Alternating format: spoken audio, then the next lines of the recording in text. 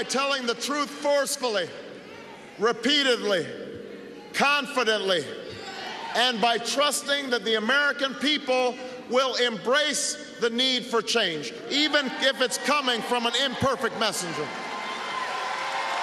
Because that's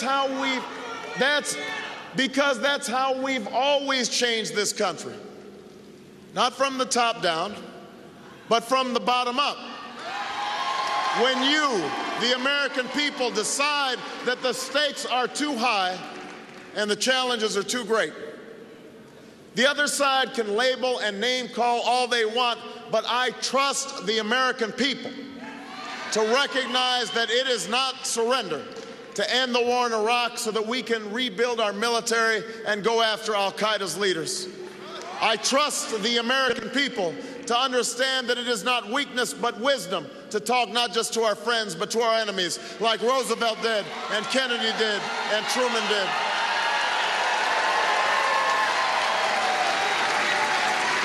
I trust the American people to realize that while we don't need big government, we do need a government that stands up for families who are being tricked out of their homes by Wall Street predators. A government who stands up for the middle class by giving them a tax break. A government that ensures that no American will ever lose their life savings just because their child gets sick. Security and opportunity, compassion and prosperity aren't liberal values. They are not conservative values. They are American values, and that is what we are fighting for in this election.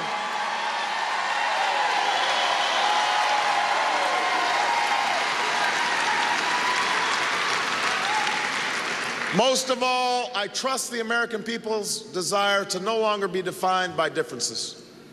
Because no matter where I've been in this country, whether it was in the cornfields of Iowa or the textile mills of the Carolinas, the streets of San Antonio or the foothills of Georgia, I found that while we may have different stories, we hold common hopes.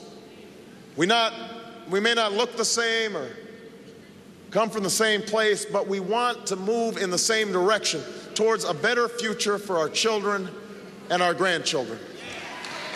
That's why I'm in this race. I love this country too much to see it divided and distracted at this critical moment in history. I believe in our ability to perfect this nation because it's the only reason I'm standing here today. I know the promise of America because I've lived it. Michelle has lived it. You have lived it. It is the light of opportunity that led my father across an ocean. It's the founding ideals that the flag draped over my father's coffin stand for. It is life and liberty and the pursuit of happiness. It's the simple truth I learned all those years ago when I worked in the shadow of all those shuttered steel mills on the south side of Chicago, that in this country, justice can be won against the greatest odds. Hope can find its way back from the darkest of corners. And when we are told that we cannot bring about the change that we seek, we answer with one voice. Yes, we can. So North Carolina and America, don't ever forget that this election is not about me or any candidate. Don't ever forget that this campaign is about you. It's about your hopes. It's about your dreams. It's about your struggles. It's about your aspirations. It's about securing your portion of the American dream. Don't ever forget that we have a choice in this country, that we can choose not to be divided, that we can choose not to be afraid, that we can still choose this moment to finally come together and solve the problems we've talked about all those other years and all those other elections.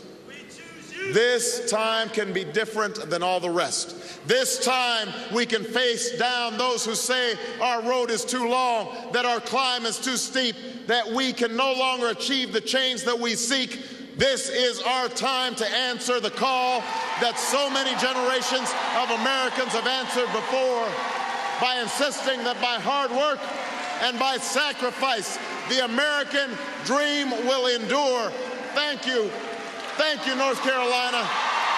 May God bless you and the United States of America. Thank you.